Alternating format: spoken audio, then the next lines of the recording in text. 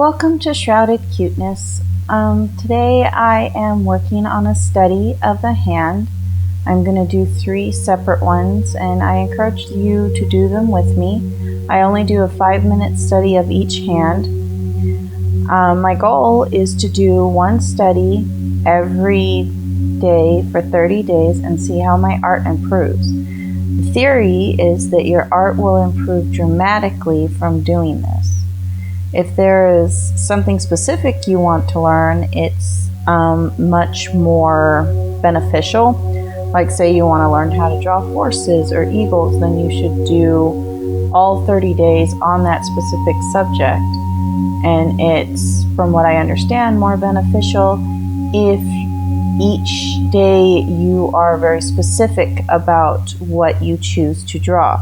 So like I am attempting to draw men more realistically. I have a problem with that personally.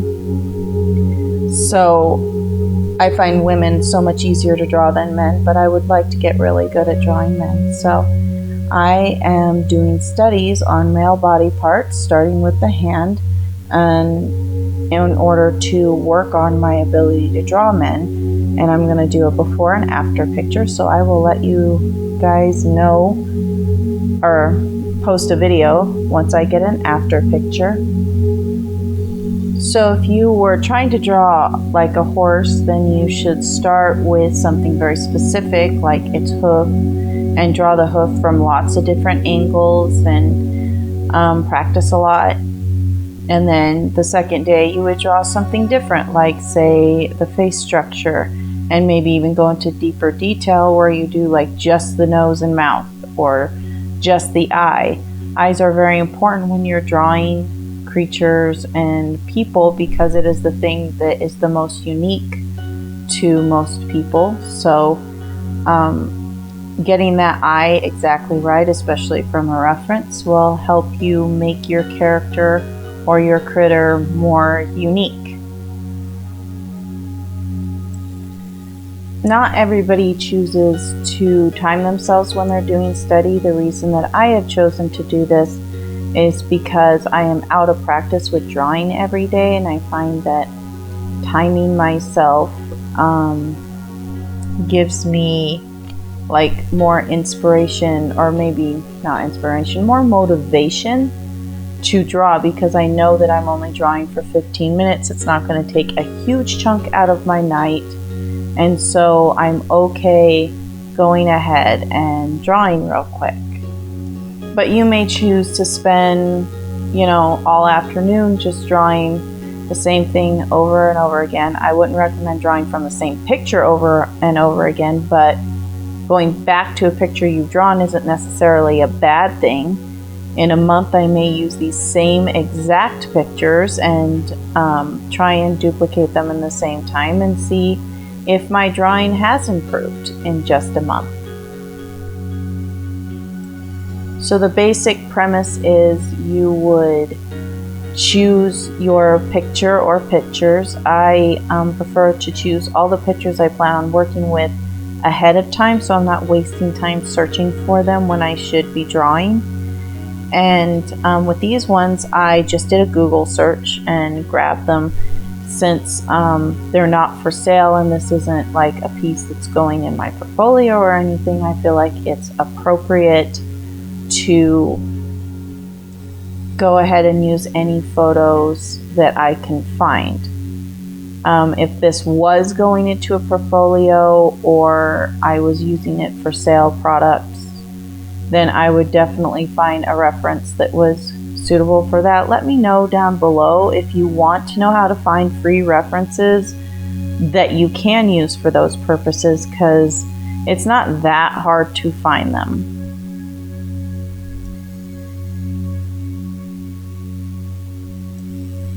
Some people do spend a lot of time on one study and really trying to get it right, but with where my art sits right now, I felt like an important thing would be to get through several of these and focus my time elsewhere when it comes to my art. I still have to make my before picture, And so I didn't want to spend too much time doing this. Plus, it's a commitment of only 15 minutes a day for 30 days. That commitment is one that most people can make, and you might decide that you want to do it for 30 minutes or an hour a night and see what kind of results you get.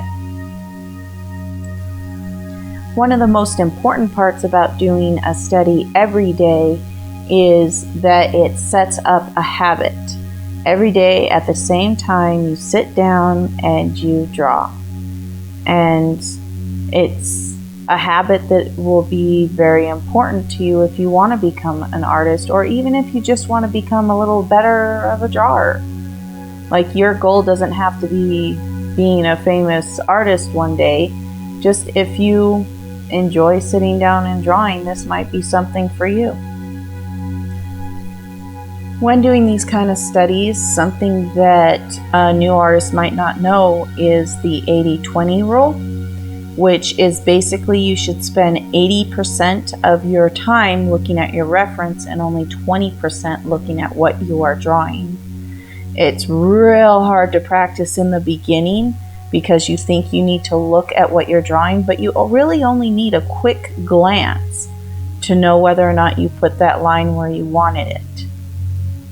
The rest of your time should be spent staring at your reference picture. The more you stare at it, the better job you will do in recreating it.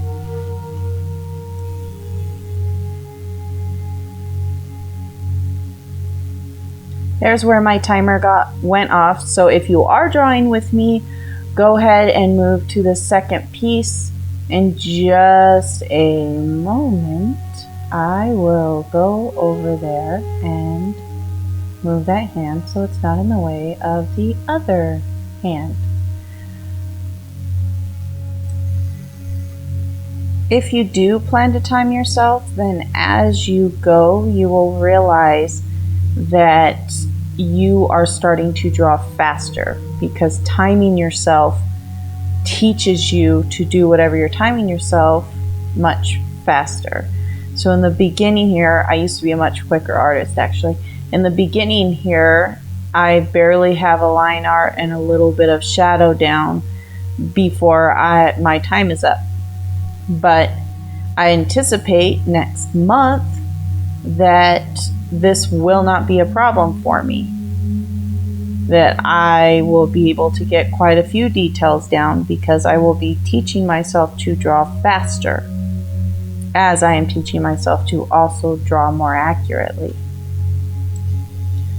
I don't know if you've heard this saying, but there's a saying that goes, study life and study other artists before imagination. I actually don't believe in this. It basically means that you should be studying what others do before trying to make anything yourself. I think they should go together in one.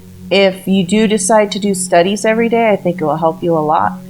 But I don't think that should be the only thing you're drawing.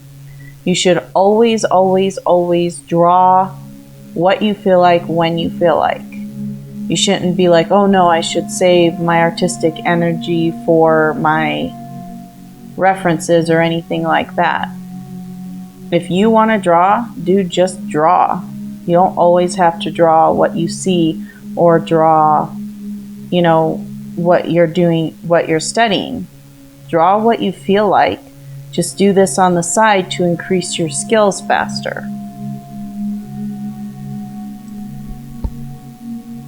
So when you're starting this, if you do decide to start it, you can do it with me. I would love it if you hung out on my channel and did art with me and let me see your drawings and stuff. I'd love that. But my skills that I know I need to work on might not be the skills you need to work on. For instance, if you were learning how to draw a horse, I'm not learning horses this month. I'm learning how to draw men this month. So if you do decide to make your own list of things that you want to draw, it is important to sit down, and you might even have a photo of the thing you want to learn how to draw in front of you so that you can really look at it and go, oh shoot, I forgot to put the mane on there, or oh, look at its shoulder. It doesn't look, the shoulder I drew doesn't look anything like a real horse. or whatever, it might be beneficial to have that photo there. But even if you don't have a photo, what I started with is just a list of parts of the thing that I wanted to draw. And then I made a 30-day calendar of the things I wanted to draw, and I put all the things I wanted to draw on the calendar. And there are certain things that I knew I was really terrible at that I wanted to put on there multiple times. So like hands, I'm doing them once a week because I know I'm so very bad at hands. You'll see when I do more of these that when I do the face or when I do the hair or whatever, I will be much, much better at it than I am doing these hands right now. This is one of my huge weaknesses, and so it's on my list 4 times for this first month. And it would benefit you to do the same. If you know there is something that you are really terrible at, put it on there multiple times. It's important. I know it's uncomfortable to practice things that we're not good at, but it is so much better for you to practice something you're terrible at than practice something you're good at. You're already good at it. There's barely any sense of practicing at all. I mean, if you want to draw that, go ahead and draw that, because you should always draw things that are fun for you to draw. But make sure you're working on the things that are absolutely uncomfortable to draw too.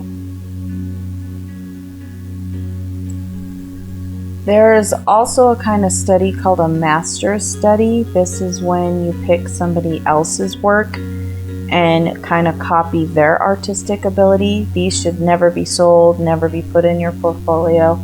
They are only for studying and getting better as an artist. I may do this because there is an artist that draws. Oh, my alarm went off, so if you are drawing with me, switch to, I am doing the closed hand, but you can do the open hand or if you prefer. It doesn't really matter. Just pick one. But I am doing the closed hand. What was I saying? Oh, a master's study. I may do a master's study, but I would like that artist's permission since I am putting it on the internet. If I wasn't putting it on the internet, I wouldn't even bother to get her permission. I would just do it and keep it to myself. I think most really good artists expect people to do that, but you don't ever want to post it anywhere or anything without the artist's permission. So take that in mind. I might not show it at all. I might, if she does, she might not answer, because I know that when people respond to her post, she doesn't answer. And if she doesn't answer, I will assume it's a no, and I will not post it on here. But they can be also very beneficial, especially if it's your favorite artist you're trying to mimic. They can be very beneficial. There's also a type of doing a study. I don't know if it has a specific name. It might be called an anatomy study, that you start with the skeleton. And you don't have to be really specific about each individual bone, but it's about getting the general shape that's below all the tissue. And then you add the tissue to it and make sure they attach to the bones where they're supposed to. And it's supposed to teach you how the muscles and the fat and the skin should lay on a figure. This can work with animals as well. If you're trying to learn how to draw dogs, starting with a dog skeleton won't hurt you any. But it's just another way to do a study. One of the important things that I've noticed about doing studies is that adding the shading can either make it look a lot more right or correct, like the hand to the far left. When I added the shading, it looked like I was drawing the right hand, the correct hand. It looked correct. But other times, like in the middle one, it made my failings more obvious. I feel like I majorly failed on the middle one, which is fine. You're allowed to fail in a study. It's practicing. You're allowed to fail when you practice. It's okay. It teaches you more. Did you know that your brain grows faster when you fail than when you succeed? So my brain grew more during that middle hand than either of the other two. But anyway, the point being that when I added the shading, I saw how wrong what I had done was, which teaches me. If I didn't know it was wrong, then I wouldn't have been able to learn from it as much.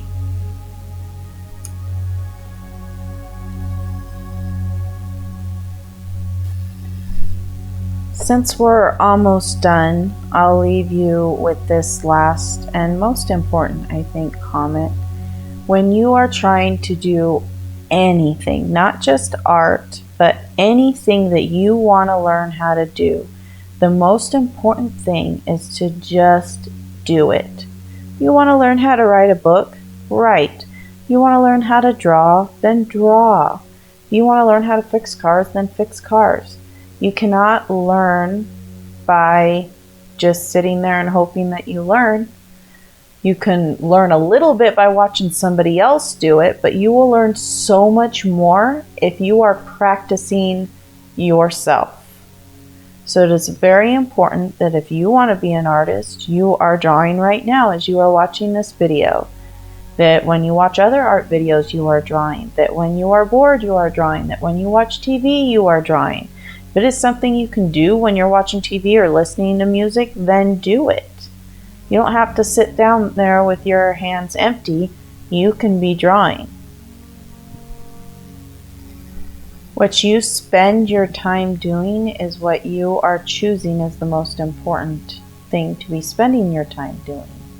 So if you are watching YouTube videos, or let me pick something that uses your hands. If you are playing video games, then you are telling yourself and everybody else that video games are the most important thing to you. That's our time up for the third drawing. So if you think that art is actually the most important thing to you, then that is what you should be spending your time doing. So decide what is the most important thing in your life and do that. Spend as much time as you can doing that thing. Thank you so much for watching. If you enjoyed this, please give it a thumbs up and subscribe, and comment below if you have anything to say. Thank you. Bye.